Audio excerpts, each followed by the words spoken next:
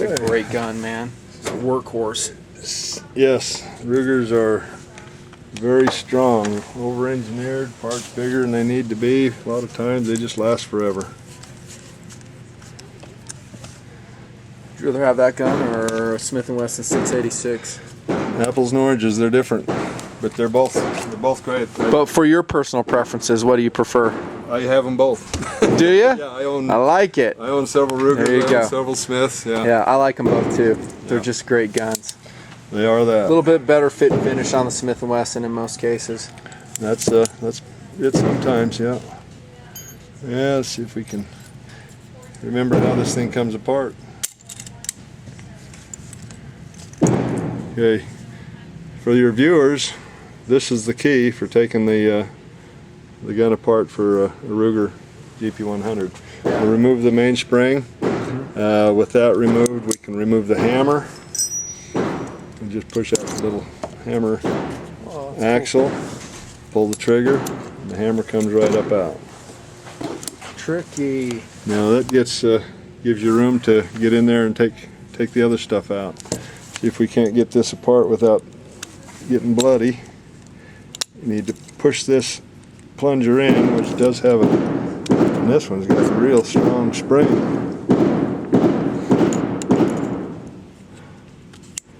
So just replacing the trigger spring on these is not going to be super duper easy. Boy, that's something got that one stuck.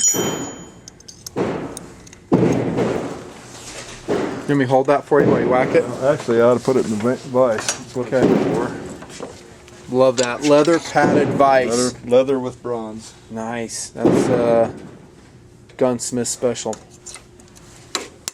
There it is. It's just jammed up a little bit. And the trigger group comes right down out of it. And that's what we'll be working on mostly, is the components in here. Cool. Okay? Done a few of these before? Yeah, I've done a few. Cool. Yeah. Yeah. On the hammer part, we're going to polish up this part back here a little bit. We're going to stay off of that. That's your sear. We're not going to mess with that at all. May take out your double action sear. Polish the bottom of that, the front of that, just to make it easier to reset and so forth. Mostly what you're doing is you're just taking the parts that move against each other. Like that'll start out there, push the hammer up, then it'll transition to the bottom part here until it pulls through and drops it. And then this will come down and spring that down like you saw to get back in place. And that's the way it runs. Pretty simple actually.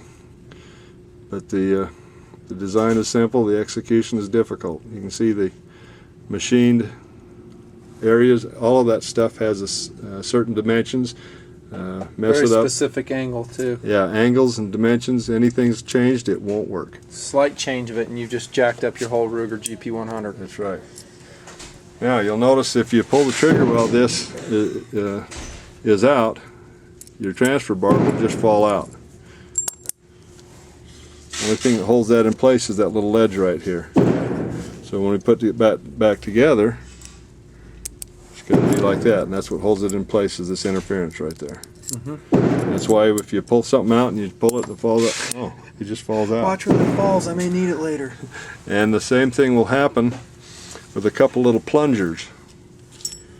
This little spring and plunger here will shoot to areas unknown in your room.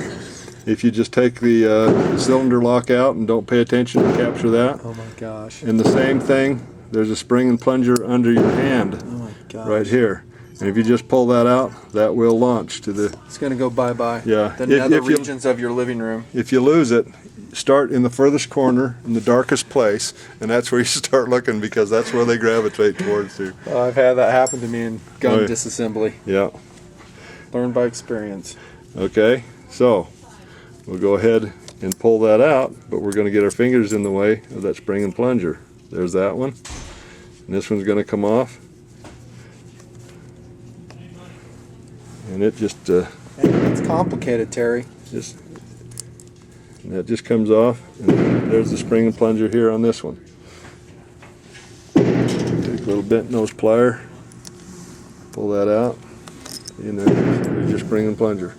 Sorry, Right. I'm texting as I'm filming. Oh, Got to talk to PFI dude.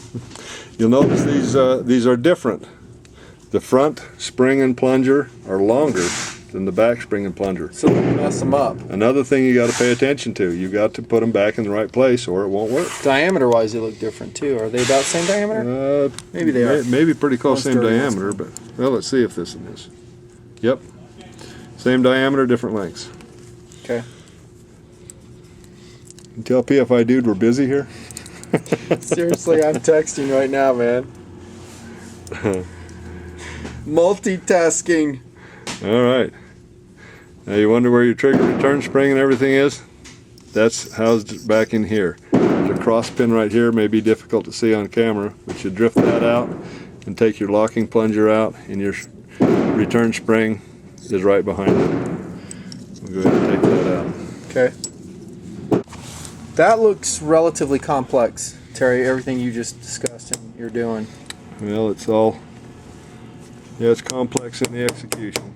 And I think you hit on an important point that just losing pieces, if you do it yourself, then you're going to have to write to Ruger, who, by the way, is very good at about sending you replacement parts when you put the order in.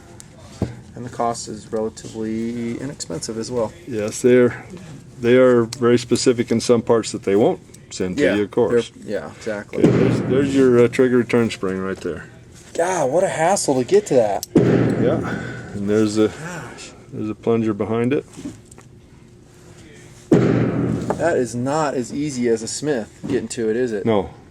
Smith dominates it. But it's not it's not meant to come out every day either. So yeah. Okay, here's a couple little parts in the trigger.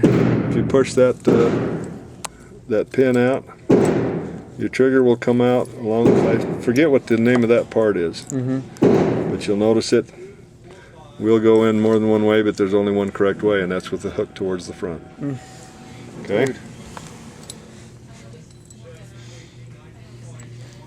And there you go. There's your trigger. Completely disassembled. Completely now. disassembled, and because that's what we got to go after to get your trigger job done.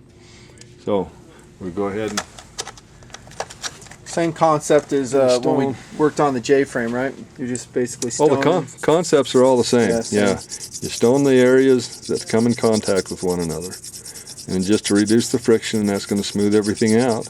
And by the same way, you're going to smooth it out. You're going to reduce the trigger pull. Do you ever take one of these apart and look at the casting marks in the way, or most of the manufacturers do a pretty good job at least getting the basic surfaces finished? Oh, yeah, the surfaces that don't matter, they may not clean up.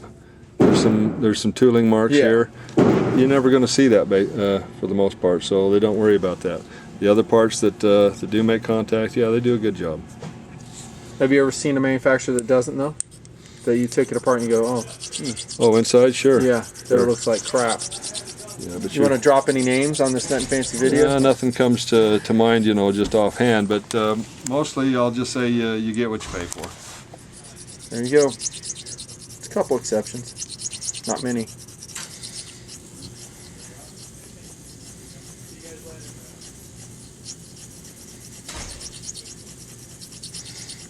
And then you'll lighten the spring up too, right?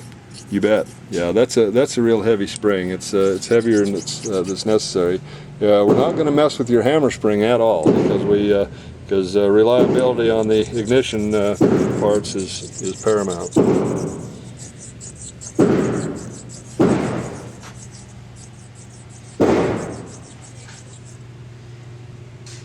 Okay. Now again, we're not removing dimension metal. We're just smoothing out the rough spots on the top. So we're not going to take a lot of metal off. So, need a new stone here. We're going to go onto the bottom area there.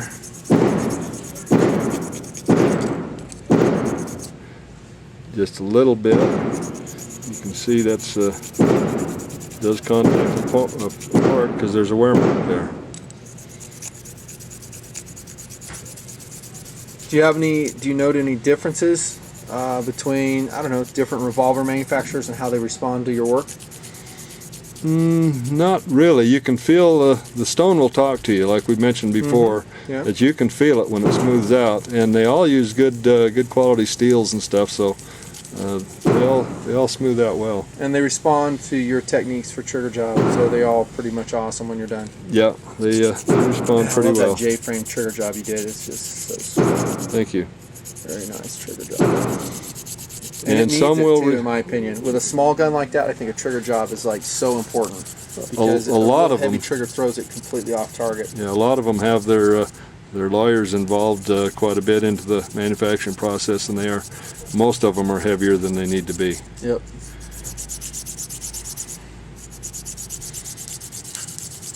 I could say that about a few of the wives I've seen. Yeah, you're treading dangerous waters there. Okay, there's an angle on this, so that tells me it does something. So we're going to polish it.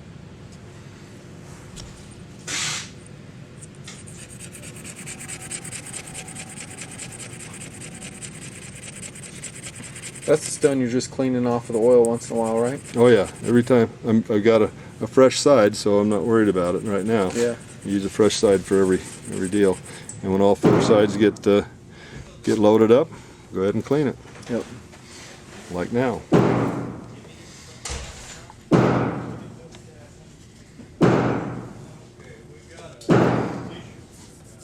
The oil gets underneath the steel particles and just floats it to the surface. Those blue shop towels pretty much rock. Yep. Paper towels will work. Napkins not so much. Not so much. They kind of go away. And then got some nice clean surfaces to go with again. Very nice. Okay. Now what I like to do as I work on the parts, the last ones I take out are the first ones I polish, so they're the first ones to go back together. And you just kind of assemble the thing as you go back, as you go through the job. And the last parts that you've polished, you go together and you're all done. At this stage in your career, Terry, do you ever like take something apart and go, oh my gosh, I do not know where I'm at, and you have to refer to a diagram? Oh, absolutely. Because there's so many different gun configurations, right? There are so many. Yeah, a lot of times before you even get to it, I've got gun references that I use all the time. Yeah. Jack of all trades, Terry G, and I will vouch for it myself. Since I've been here in the shop today, I've seen two 1911s come to him. He's put on 2 sets of night sights. He's working on a locked up Ruger single 6. Pretty much everything. What else? We've had a whole plethora of stuff come to you today. Yeah, we just while I've been here. We get a lot of them. Just everything. Now, have you got a spring that you want to put in here? I wish I did. I don't. Okay. Well, we can go to this spring bin and see if there's something. Unless you want to just replace that later. Well, but for me to break into it, that looks like a total hassle to break down. Oh, that's not that bad, really. One pin once you get the trigger group out. Okay.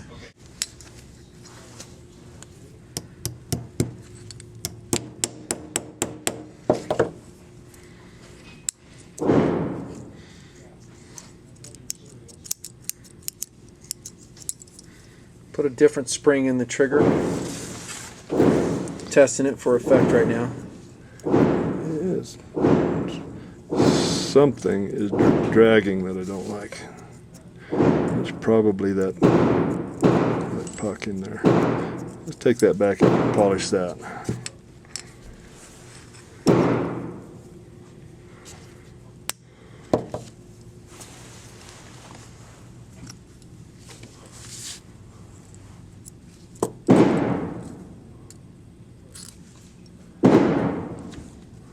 Well, it may have been that coil too. I bet you that's what it is. Let's turn that around.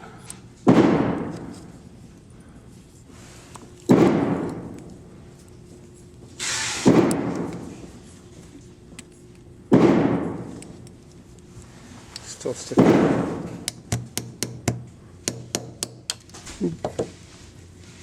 Okay, right on your cylinder lock here. About the only place we're going to do here is right on the back part where the plunger moves, because it moves up and down, and it will put just a little bit of drag. It doesn't do a lot, but we'll we'll do that because it does play a little part. We got the new trigger spring in there, by the way, in the back end there. That has a lot to do with it because you're compressing not only that spring, but the hammer spring that we're not going to mess with. Yep. You did that trigger job for me on the Smith & Wesson 317. I remember. Nice. And then I put a Wolf spring kit in it, reduced power, and now it's gold. Yeah, that Terry. does make a lot of difference. It's just gold. And reliable ignition too, because I replaced a hammer spring on that too. Cool. So I know that's an issue with the rimfire. You really need a nice You need a heavy hard strike on that primer. Yeah, you need a hard strike on the primer. And I will tell you that most times it'll work fine on a stock gun, but sometimes it won't. Those reduced power springs. Yeah. Because of the friction issues that we took out of it. By the way, it's got that V-block sight in the back. Oh, okay. That's easy enough to swap out with a Smith & Wesson square notch, right? Yeah, they've got kits that have the windage screw and the screw nut and a very tiny spring and pawl that replaces just the click when you do the adjustments. I think, I'm trying to remember, I did that on a Ruger though. I think that was on the Hunter 2245 model. You and I talked about that when you did the trigger job on the 2245 for me. Okay. And it doesn't interface with the front sight. You got to replace the front and back sights at the same time. Is that the same case with the Smith & Wesson? If it's got a it's that stupid I'm not V-block sure, arrangement but, blade. I hate that. it's quick, but it's not as precise. No, yeah. I think for me it's not as quick either because I'm spending more time dinking around trying to make sure that that front bead is aligned in the rear V. Oh, really? Yeah, as opposed to what I'm used to, and that is just slamming it, you know, the square notch with a blade. I can line that up in a millisecond. And there you go. Because I know what my brain knows what it's looking for. Yeah, you got muscle memory between the ears as well. Tell that to my wife because she disagrees with that. Getting stoned with Terry G. Oh boy. Getting stoned. Stoner job. Ruger GP100 got all the internals taken apart. Yoda's working on the trigger for me. Man, he does good trigger work. Thank you. Love the smoothness of your triggers.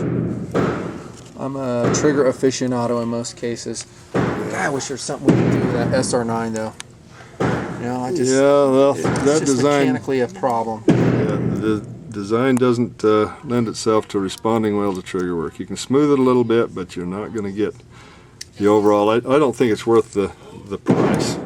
No, it's not for the very, very small increase in, I don't know, improvement. There we go. Now we're not going to do anything with that because this one here just flops back and forth. Now, Terry, along with this mod, you're doing the 3-shot burst for me, right? Yeah, that if it doesn't work, you see me and we'll.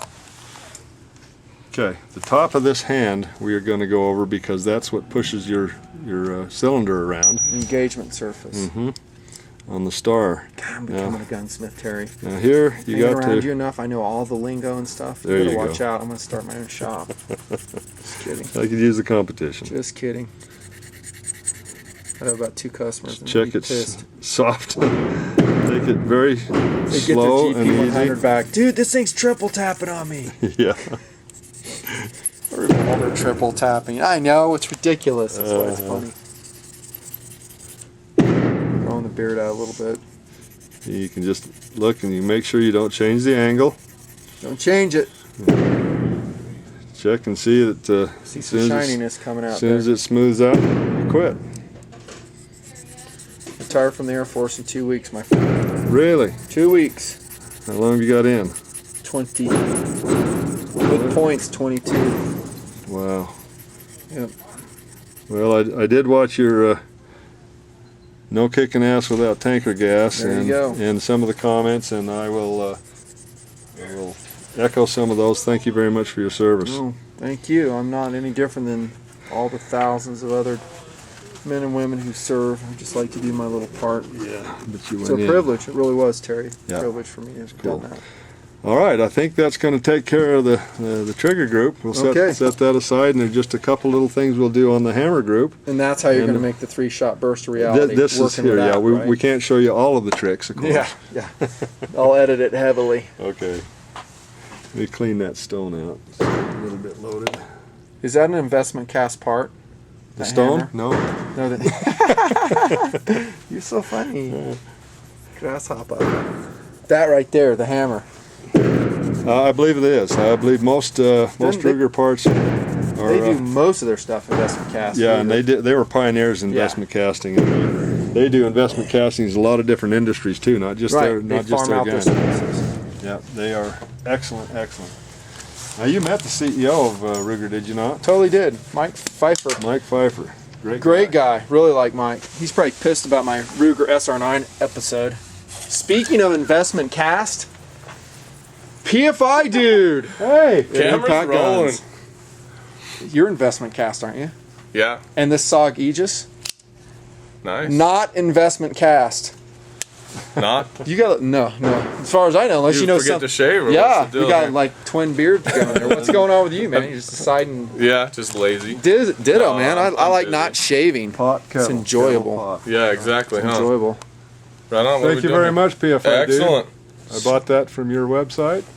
Came in and You like it? no time. I love it. I thought that would work a little bit better with the way that pocket clip sits. So Well, that and the clicky switch on the back Yeah. is the only difference between the PD20. yeah, Right. excellent. yeah. Single he was cell. looking at a mini, but for what he wanted to do, that That's a click, great light. That click switch I is a know. lot better. I need That's to what review got it. me into this. Add it Is to the watching list. the mini Yeah. deal. I thought that's what I wanted, and then I saw this other, like the switch a little bit. Awesome. By the way, PFI if you need batteries, see me. Yeah. 23s. I've got a bunch of them now. Do you? Yeah. Cool. PFI dude's been pretty much maxed out. Oh, lately. yeah. I just about fell over right You here, by did. the way. It's a box. Yeah. Blame the box. How that removed immediately.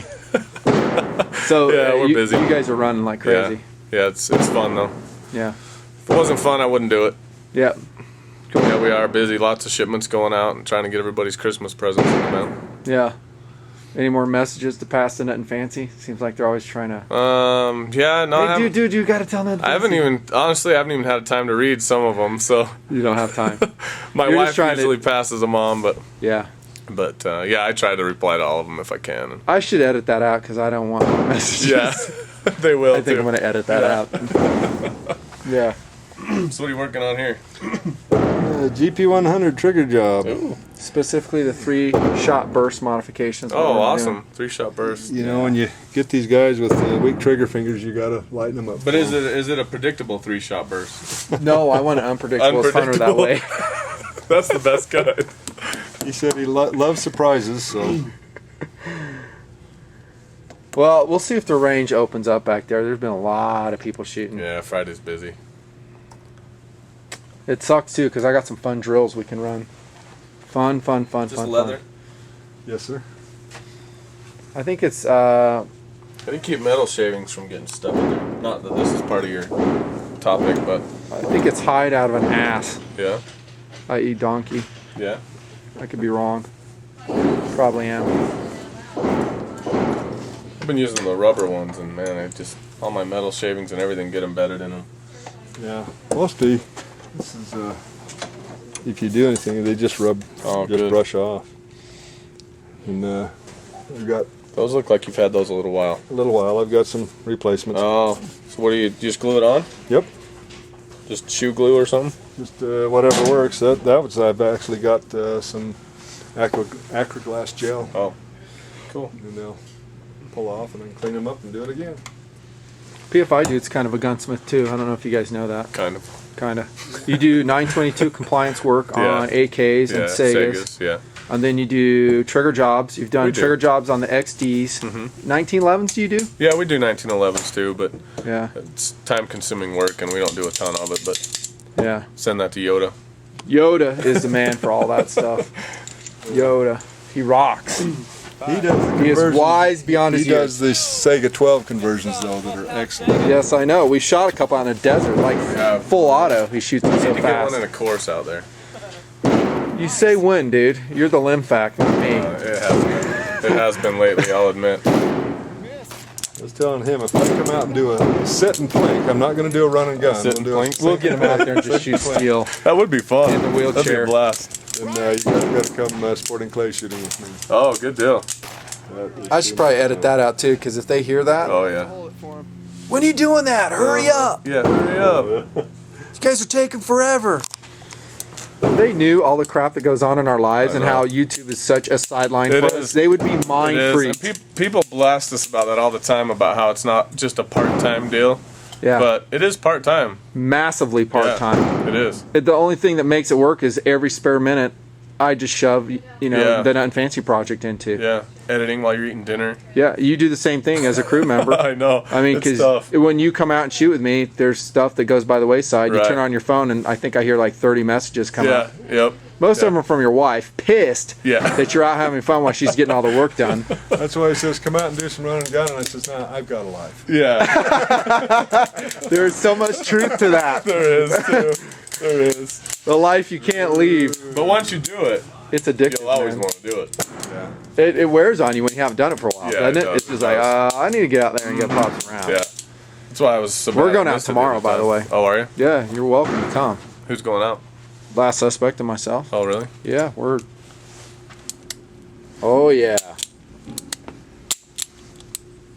Smoother and lighter. That's a Ruger Jeep. Hand it all over. Yeah, give me your thoughts on it. You didn't see the before, though. No, I didn't. We should have thrown that on the scale. We forgot. Dude, that's really nice, though. Smooth. He, like, polished... See, like, I don't know a thing engagement about doing surface there is. revolvers. I should make him do my TRR8. But isn't that Performance Center tuned already? I thought all the TRR8s Yeah, but are. still, the double action isn't near that smooth. Agreed. The Single Like I say, action. they've got lawyers that have to have the final word in what they do. But I did the review on the 686 Performance Center, and that trigger from the Performance Center is amazing. Yeah, single action's comparable. I've got it out in the car. We can play. Well, check this out. This is interesting. I talked to Smith & Wesson in prep for a 1911 review, which I'll post soon. And they said even within the Performance Center, there's different gunsmiths that do it a little bit differently. Oh yeah, there is. They may go in different, and kind of reading between lines what he said, different levels of quality. You would think that what comes out of the Smith & Wesson Performance Center would be just like, oh, all awesome. And he's like, They probably got they do have a range. parameter. there's a range. Yeah. He's like, of what the Smith is within willing spec. to do. Is he going to stone that surface, and really put the work into it to produce that It's glass interesting. break. It makes sense. It's all individually done. Anytime you got different hands on it, it's going to turn out a little bit different. And just because it's Smith & Wesson, apparently it doesn't mean it's It's like all the old gonna be handmade guns when awesome. they used to make them all by hand. None of them came out the same. Yeah. They were all slightly different. Tolerances were a little bit different. By the way, I asked Terry while he's working on this. I don't know if I got on camera. I'll say it now. I was like, Terry, if you went back in a time machine, knowing what you know now, could you build a gun? No. Could you? No way. No way. I couldn't either. They're like, well, wait, you're from 2010, you idiot. Tell us how that Ruger SR9 is put together. Yeah. You All got right, tell us a computer- wheel gun. Got a computer guy and a CNC machine that does all that stuff the same time every time. Yeah. And it's amazing. But first you got to be a designer. I am not a designer. Yep. I'm a mechanic. Tell us how a single shot's put together. And then a machinist on top of that. Yeah. It's amazing. They're gifted I took engineers that put these together. I took an old double barrel out to the barrel lug had broken off the bottom between the twin barrels. So I took it out to a guy to have it silver soldered back on, and he was a machinist. So he machined a new part that was excellent, silver soldered it back on, but he actually took a piece of Scotch tape or masking tape, stuck it on the wood stock, wrote my name on it, and left it on there for the 3 weeks that it sat out there. You got goo. Now I got it's a lightened spot on the stock. I got a square on this old gun of a customer of mine. So the machinist side of it, he was great. He rocked. The gunsmithing side of it, he didn't have a clue. Yeah. So now I got to figure out what to do with this guy's authentic stock that is now discolored. Versions of the pistol that brought to showing. Oh, cool. Trigger job by Yoda G. Ruger GP100, high value tank of a 357. Look for the tabletop sometime. We're still doing a lot of shooting with this gun. Nice job, Yoda. That's a sweet trigger. Nut and Fancy, apparently PFI dude. Sorry, I got a little sidetracked. Little few guns over there. And Terry G from Impact. Signing off. See ya. See ya.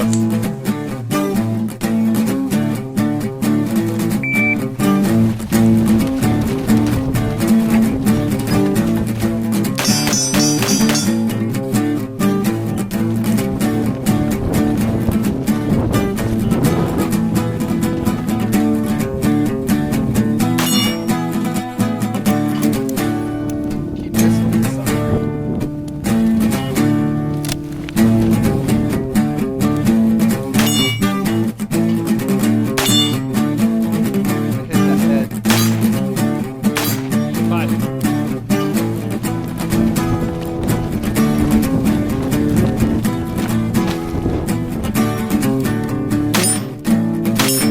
That's it deep.